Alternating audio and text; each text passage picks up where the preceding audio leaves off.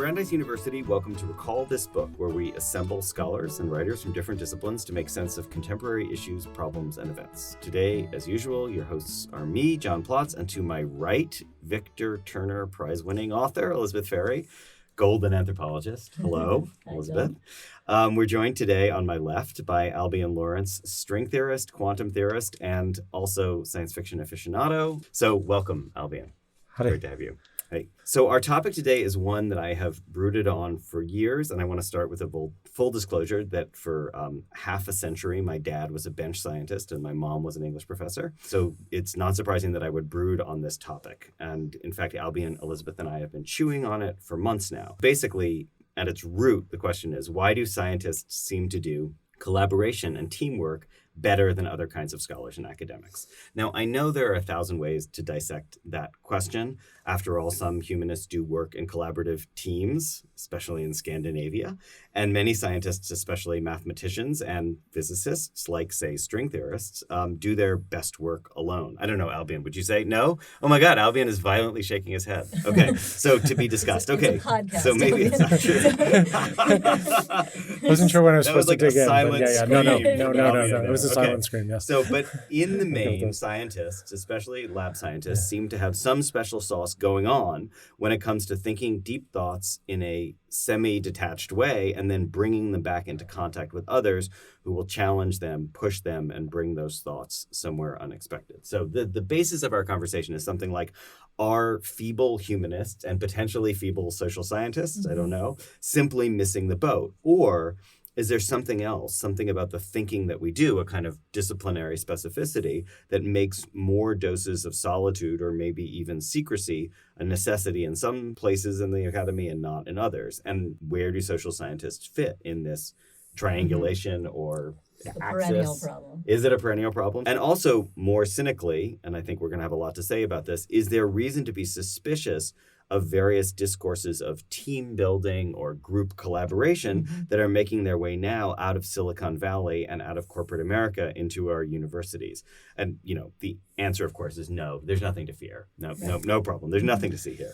So that's our discussion today, and we're going to dive right in with Albion introducing the text that we have chosen to give us a nice, chewy example of when scientific collaboration works well. So, Albion, what book did you suggest, and why is it a good place to start? So the book I suggested was Richard Rhodes' book, The Making of the Atomic Bomb. This is it's a big book. It's essentially a combination of several things. First and foremost, it's a history of early 20th century science, physics, quantum mechanics, and nuclear physics, combined with a history of the making of the atomic bomb, which forms its title. It's a combination of individual biography, of individual science, sort of a group or sort of social biography of the community of theoretical physicists in Western Europe and the United States, and to a lesser degree Japan. Collective biography is a good way of thinking about it. I agree. It's very character-focused, and yet it's like a cast of thousands. But it works on various scales. It's, of course, combined with the history of the time, because obviously that it's important to understand the making of the atomic bomb, but also it's important it then feeds back and forms the motivations of each individual scientist, many of whom were Jewish, many of whom were... There's science writing. And I was going to say, one of the reasons that this book is admired amongst physicists is as science writing, it's superb. Richard Rhodes does not have, as I understand it, any science background, but he gets it right in a way many books written by scientists often don't. So and also just to push the point about the temporality of it a little bit, it starts off with Rutherford and the discovery of the nature of the atom, which is the 1890s or something. That's right. So it goes back well before Hiroshima, but then it does this amazing thing of accelerating as the kind of crucial years and then months exactly, go on. And then really compressed, and then it's compressed, exactly. expands out and focuses. Much like the atom bomb itself. Right. Yeah. Right. And so in terms of our conversation, I thought it was a really good view of science as the collective enterprise that I think it actually is. It talks a lot about its nature in the early 20th century, a style which is true in some areas of physics, of these sort of networks of collaborators, of advisee-mentor relationships, of sort of centers of training and research, and constant interaction through conferences, through visits to different institutions. And then you see it develop into a much more organized endeavor through the Manhattan Project. And that style of physics, or that style of science, of course, continues in particle physics, and particularly through what's called big science after the war, through the Right. rise of large experiments which require complex accelerators, large numbers of people building them. It's almost an industrial enterprise. in and of So it's itself. like if you build it, they will come. The scientists come to cluster around large pieces of Right. equipment. Or... Right, and it's a much more. I mean, it's a large number of scientists that do it because it just takes that many scientists to do Right. it.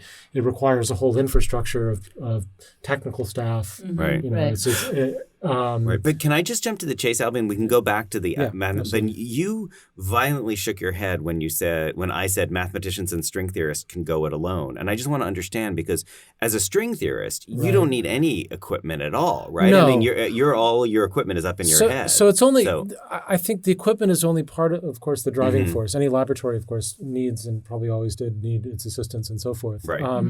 And certainly those experiments have gotten more complex, and to launch a major accelerator experiment or an underground lab or a satellite just takes a huge number of people. But many of the people discussed in this book are theorists, and nonetheless, even at that level, you already saw a high degree of interaction between Yeah. theorists, collaborations between theorists. In string theory, Yeah.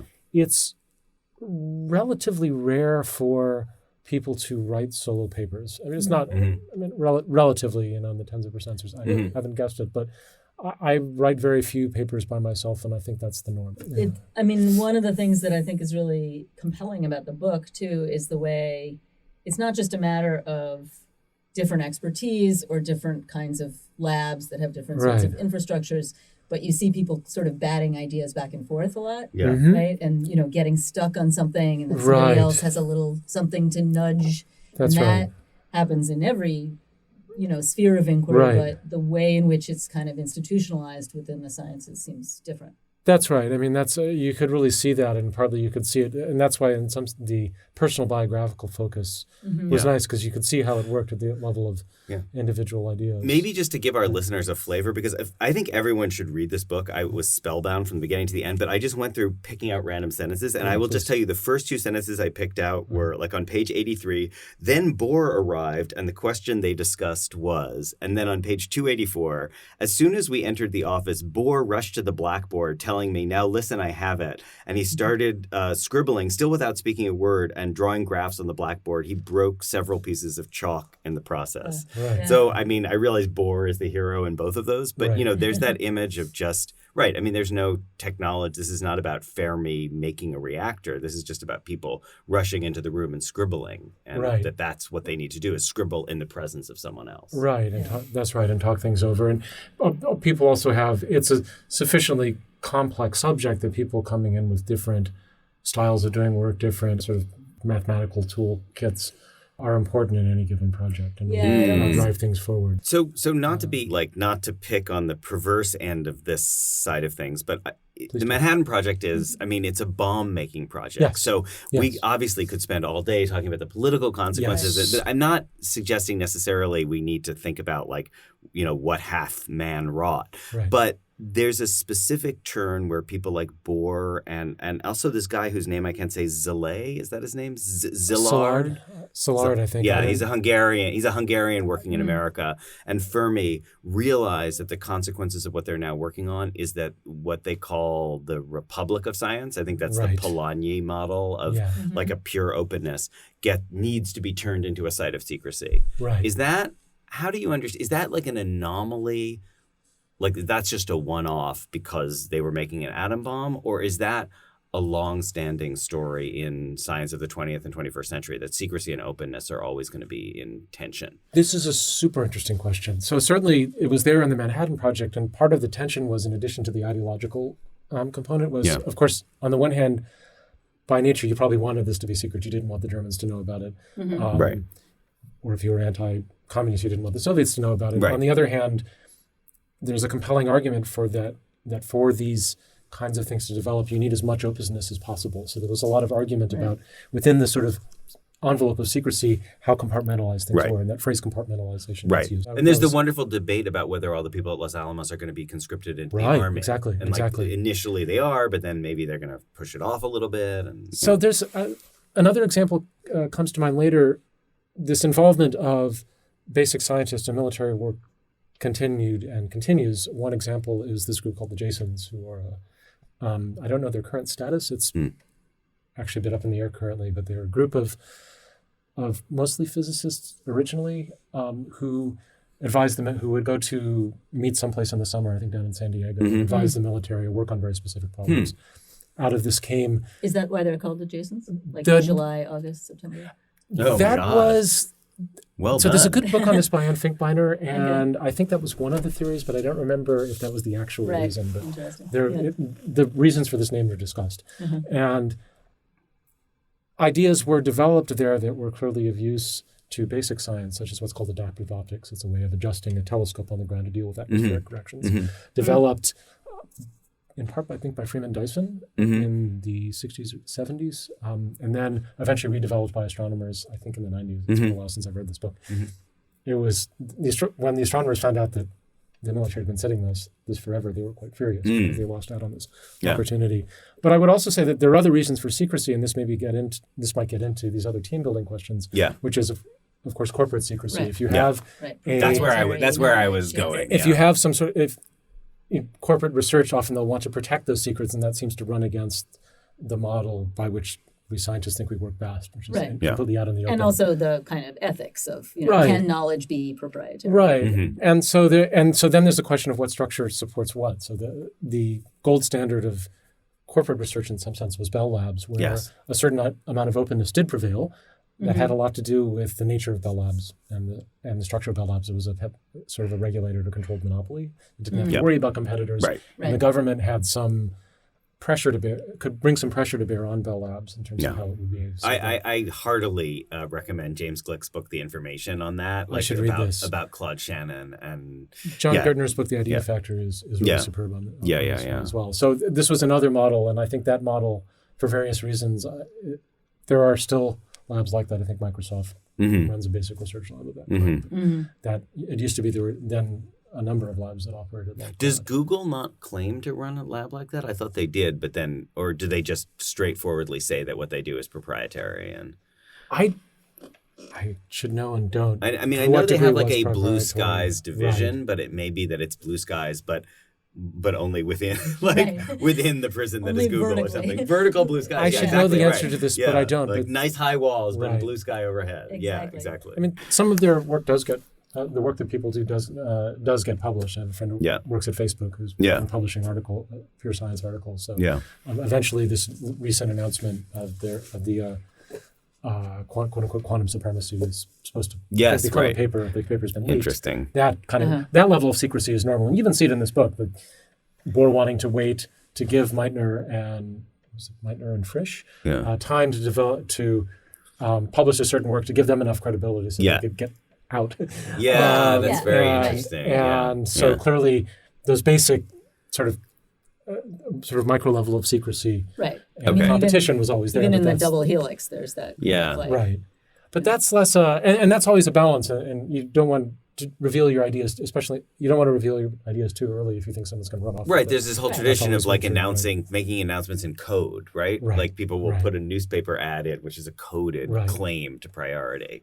So secrecy has been there in the beginning. Hold on, so if they do that, if someone does that, then it's kind of professional courtesy, not like I'm putting a little flag in this and you shouldn't now publish? Well, no, it's like the one I remember, I think, is the discovery of Neptune. Anybody know the details about this? But it's like the point was that they didn't want to reveal it yet, but they wanted to be able to go back and say, if you look at the March 20th, 1827 edition of the Times. I already said that. Yeah, I already said it. It's very interesting. So in other words, like I love the Polanyi model of the openness. I like how you said it, Albion, that we scientists like to think that we're operating under, but obviously it's always had like gray zones. Anyway. And how open you can be depends on your status in the field. It will depend on what fierce competition for scarce resources, fields where there are more people than problems versus more problems than people. But gray zones is not the same thing as a different kind of an infrastructure, right? Yeah, that's I think the basic infrastructure is very open and collaboration and discussion. Okay, can I just summarize where we are to date? Because I want to make sure that we get to the question of the disciplinary difference, which I'm sure Elizabeth and I both have things to say about as being outside. So what I understand you saying, Albion, is that you're actually you're doubling down on the notion of the space of openness and collaboration. Like you're affirming that is kind of woven into the fabric of a lot of what happens when we do science. So now we're going we're going to eventually get to the question of whether the humanities and social sciences, what happened that we don't have that. And then, but we're going to do it by way of the topic you just opened, Albion, which is like the team building and corporate kind of propagandistic, let's say, accounts of like how this model of collaboration can be revenueized or prioritized. Yeah. So Bell Labs is an interesting example, but I think your point is great. Like they had a monopoly already, which enabled them to not worry so much about like being scooped or Yeah. Right. I mean, one of the things that I feel like we experience in the humanities is this kind of I don't think the right word is scientization, but maybe it's like the impetus to be scientistic, that in the humanities people are told your grants will flow more freely if only you could argue like scientists and think like scientists more. And that's a conditioning pressure now on how the humanities work. And again, like, I mean, as I said, as the child of an English professor and a bench scientist, like I love both sides of that form of knowledge. I'm all for it. Say you do anyways. Well, assuming they listen, framed it that way. Exactly. But I do worry sometimes that there's a distorting lens there where I want the humanities to figure out ways to be more like science at its best without just faking it in order to like basically appeal. Like I don't want us to put on the rhetoric. Yeah, I don't want us to put on the rhetoric of science, which is I definitely think what those Europeans do. I mean, I don't mean to slam the Scandinavian grant-giving institutions, but I do think this whole notion that what you really want is to be part of a $5 million, research team on leisure and the aesthetic. It's just, people create a pseudoscientific framework which doesn't really exist. So so that's my kind of wheat and chaff problem with the humanities. Like I actually think a lot of the things we do best alone. And, we need a team for some things. We don't need a team for other things. That's reasonable. So, yeah. Maybe this is a moment that I can ask a question with a little bit of I won't even call it ethnography, but so I have a little bit of a vice of reading the announcement articles of the Nobel Prize. Okay. This is like a genre that every year comes out. It Yes. usually has they didn't believe it. They thought that someone was putting them on. Right. And there's some quite, charming standard, moments, right? Yeah. It has a genre. Yeah. But it also kind of gives you this view, which may or may not be a accurate view of teams, right? It's at least with some of them. So for example, there was the recent one, just to pick up on a couple of them. One of them was the recent one in medicine, right, in which you really seem to get a sense of these, putting together different pieces of the puzzle, right. And then the other one, which is not the physical sciences but the economic sciences, such as we can have a different episode about that. Which is the recent one that was given to the team that's working on the randomized control trials and development economics. And there's this announcement of these three people, but then a kind of at least public recognition that the three people represent a whole number of different organizations, not just scientists, but also NGOs and individual people. So those are kind of two different views or images or performances of what teams are. So I'm just curious what your thoughts are about that. So certainly there are Nobels given to large teams in the sciences, and it's always an issue. So one was given to the group that found the Higgs. Guarda di Fabiola Giannone was the director at the time. And didn't our colleague John Wardle just share, didn't he just get 1/300th of the prize for photographing the black hole? Did he actually learn from that? That could well be. So there can be different models of how you do that. By convention, the Nobel Prize was baked in the, was it late 19th century? Maybe early 20th. This only goes to... Late 19th, actually, I don't know what the original rule is, but now it only goes to 3 people. Oh, that's right. It's a structure that is not. It's a structure that's not obviously well adapted to the way science operates. I hadn't realized that was part of the. Yeah, I forgot that. That's always a restriction, and so I would have people never entirely sure they were joking if they really liked the paper, saying, I'm only going to allow 2 collaborators on this paper. That's really funny. So Wow. at least one case, I'm pretty sure they weren't joking. But so why did Watson and Crick have to kill Rosalind Franklin then? They could have let her in. Right. Yeah. So that's one model, and I would say also there are clearly prizes for is closer to what you're talking about, not for a lab, but for something that really was a collective effort, where maybe only one person got it for whatever reason. Ken Wilson's Nobel is a good example. Wilson, in his lecture, says this should have also been shared by Leo Kadanoff, by Michael Fisher, who had done really important work leading up to it. Yep. This work is often built on other people did it at the same time, et cetera, et cetera. So the prizes are often very problematic in that respect. Right. And it seems like it maybe is connected to a little bit of what you're saying about the scientization of the humanities, that there's a little bit of a, let's call it fetishizing of the team, right? Like the team has a certain form, and that science has to be produced in a certain way that has this team-like quality. But to go back to the book, what you see is teams are clearly important, and once you get to the Manhattan Project, it's centrally important. That's why we talk about Oppenheimer so much, right? Because to a large degree, he was an amazing leader. He proves to have this totally unexpected bureaucratic ability. And that's right. And on the other hand, especially in the early part of the 20th century, there were local teams, but it was much more local teams interacting with each other in various ways, groups, different networks structured around different sort of Rutherford or Bohr, and so forth. Sort of interacting in a much richer way. So it was that kind of openness was clearly important. It wasn't just having a lab where everyone talks to each other, but many labs were with different expertise, people talking to each other in constant contact between them. So how seriously do you take questions of like physical proximity or accidental contact? Like people talk a lot about Building 20 at MIT. Like, do you think that's an important part of it? Yes, I think. Certainly you see on various levels, I've seen it make a difference in places I've been, whereas when I was a postdoc at Harvard, as we shifted from an old part of Lyman to a rebuilt facility in Jefferson,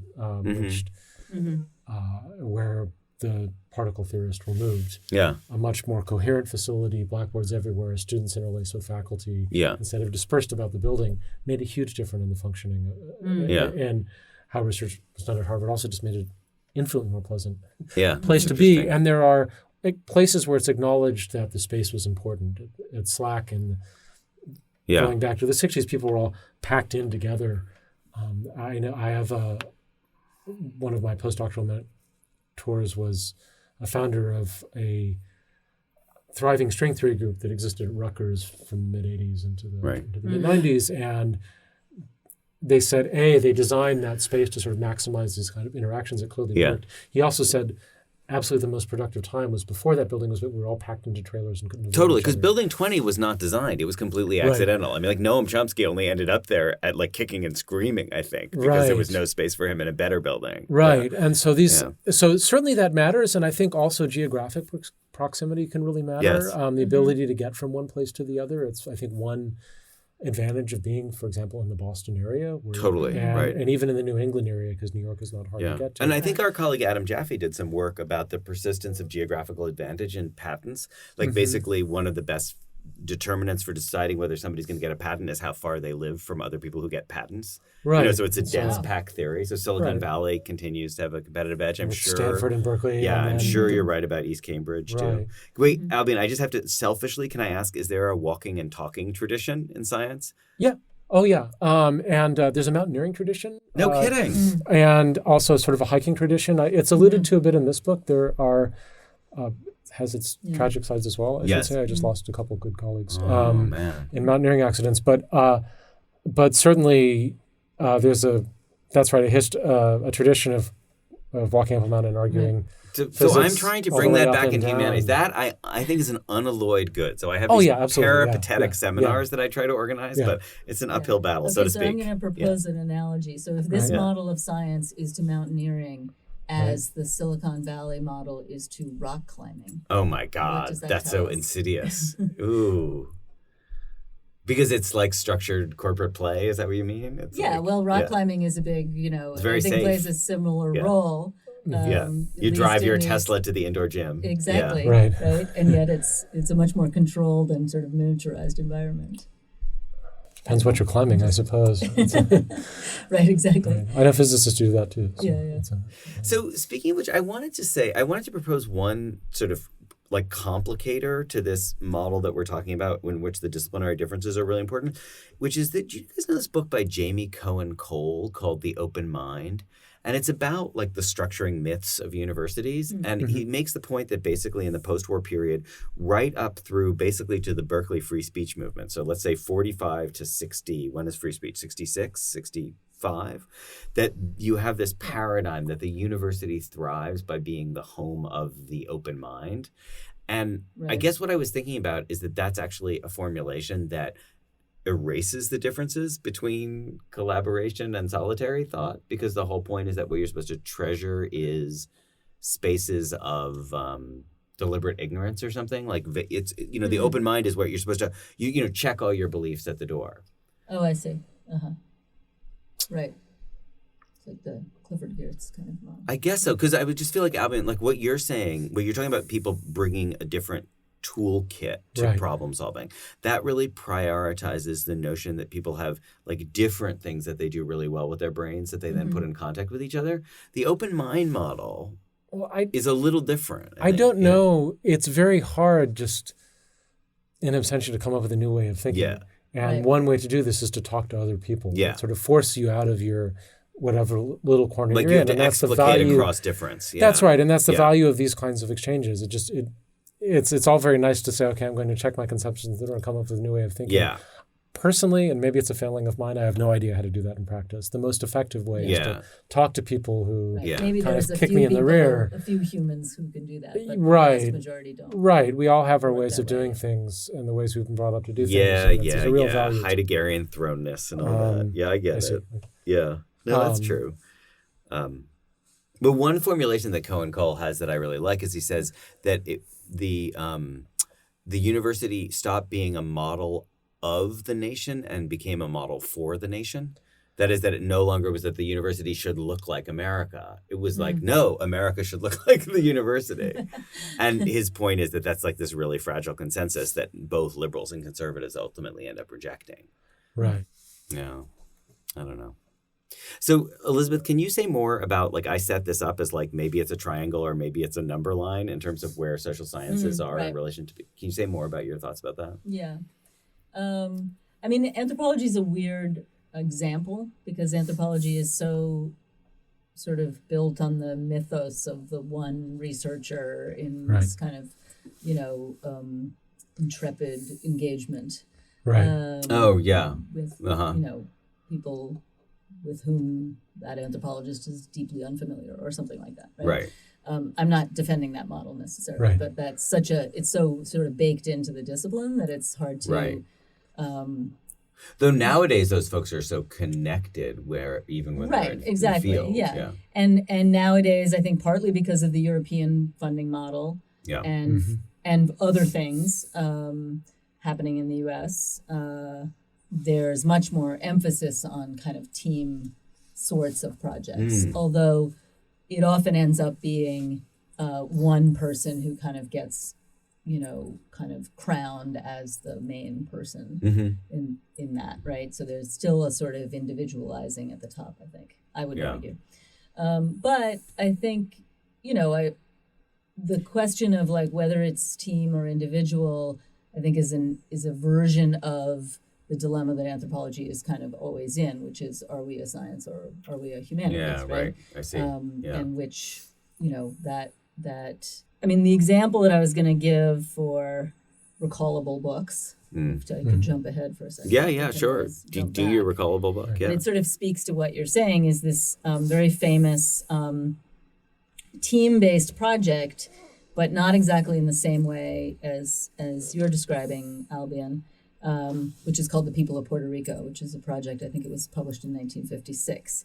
And it was it was directed by Julian Stewart, and it had at Columbia, and it was 5 of his doctoral students, and each of them took a different place in Puerto Rico, different. One was a coffee plantation, one was sugarcane workers.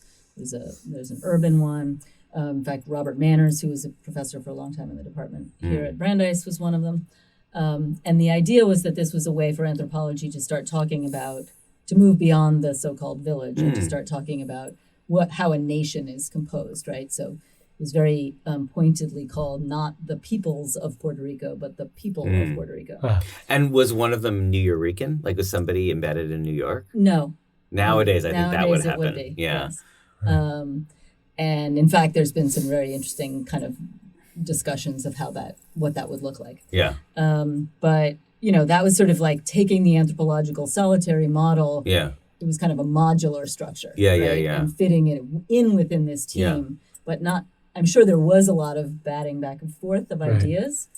And there must have been. So the authors talk about that, but that wasn't the way it was structured. Yeah. I think this might be a great time to move to recallable books. So Elizabeth, do you want to add a recallable book, or was that that's an excellent one? I think that was mine. Cool. Yeah. And Albion, do you want to tell us about yours? So this is the portion of the show where we think about, if you liked the sorts of things we're talking about today, where else would you want to go? So I'll just one out of left field just for fun, which is... Mine is out of left field too. The book... The field's getting crowded. Yeah. Book, A Message to Our Folks. The last name is Steinbeck. It's a history of the art ensemble of Chicago. Wow. And this sort of experimental music group that came out of the south side of Chicago in the 50s and 60s. And oh, wow. Yeah, we haven't talked about creative ensembles at all. And so this is one, and this is, I think, partly in the nature of jazz at the time.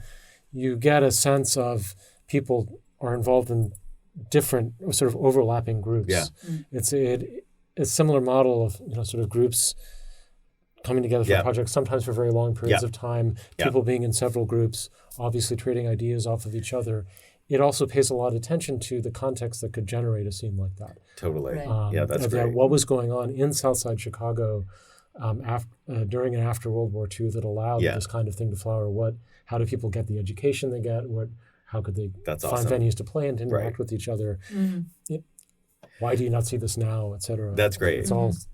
Cool. I think that's a very interesting thing to think about in this, if you're thinking about sort of models of creative interaction. Yeah, that's another good version of like why group biographies are necessary, and especially since it's Chicago, home of the Chicago School. That's so perfect. Right. That makes me wish that I had chosen Lunar Men by Jenny Uglow, but I'll name check it anyway because that's a great book about Birmingham in the 1810s. So mine is even further out of left field. Okay. Mine's out of the bleachers. It's George Eliot's Middlemarch. Perhaps you've heard of it. And the reason being that it Your copy is sitting on my bookshelf now. Oh, really? So awesome. Just waiting to be read, of course. Right. We talked about it. Yeah. So there's a scientist at the center who I think my dad has always identified with, named Lydgate. And then there's also this dry as dust scholiastic, I guess, humanist basically named Casaubon, who is like the least human character. And he's just caught up in his own mind writing a terrible book called Key to All Mythologies. Thank you so much. And he's basically just constantly involved in trench warfare with other people. And so he epitomizes humanities as just like arid isolation. Right. But then Lydgate is incredibly poignant because he actually is committed to being part of this scientific world, but he's asking his questions a little, spoiler alert, he's asking his questions slightly in the wrong way. And because he's no longer part of the scientific community that he was in when he was studying in Paris, where everything's going on, instead he's in a provincial town. Doesn't he hit up against Bulstrode and he gets caught up in life. I mean, he gets caught up in having a social life. There is a parallel there to the questions about donors and he gets absolutely. He gets implicated and tied in to the web of influence that for other people is so emancipatory, for him ultimately becomes super restrictive. So I just find it a very poignant book because it's both about what scientific collaboration might be and also about what it means that, as it so often is, that when it isn't. That's a great example. Well, Albion, thank you so much. This has been a great discussion. I virtually shake your hand over the air. Thank you. This was a lot of fun. Yeah, this was a lot of fun. So I should say that Recall This Book is hosted by John Plotz and Elizabeth Ferry. Music comes from a song by Eric Chaslow and Barbara Cassidy. Sound editing is by Claire Ogden. Website design and social media is done by Matthew Schratz. We always want to hear from you with your comments, criticisms, or suggestions for future episodes. Please email us directly or contact us via social media and our website. And finally, I'm going to say this, but I will keep on saying it. If you enjoyed today's show, please be sure to write a review or rate us on iTunes, Stitcher, or wherever you get your podcasts. And also just forward it to your friends or other people you think might be interested. And you may be interested, if you enjoyed this, in checking out past episodes, including topics like new and old media, opiate addiction, post-industrial America, and recent interviews with Xishan Liu, Zadie Smith, Samuel Delaney, and the English filmmaker Mike Lee. So from all of us here at Recall This Book, And that thanks was the for public listening. announcement. And that was the public announcement. It's coming!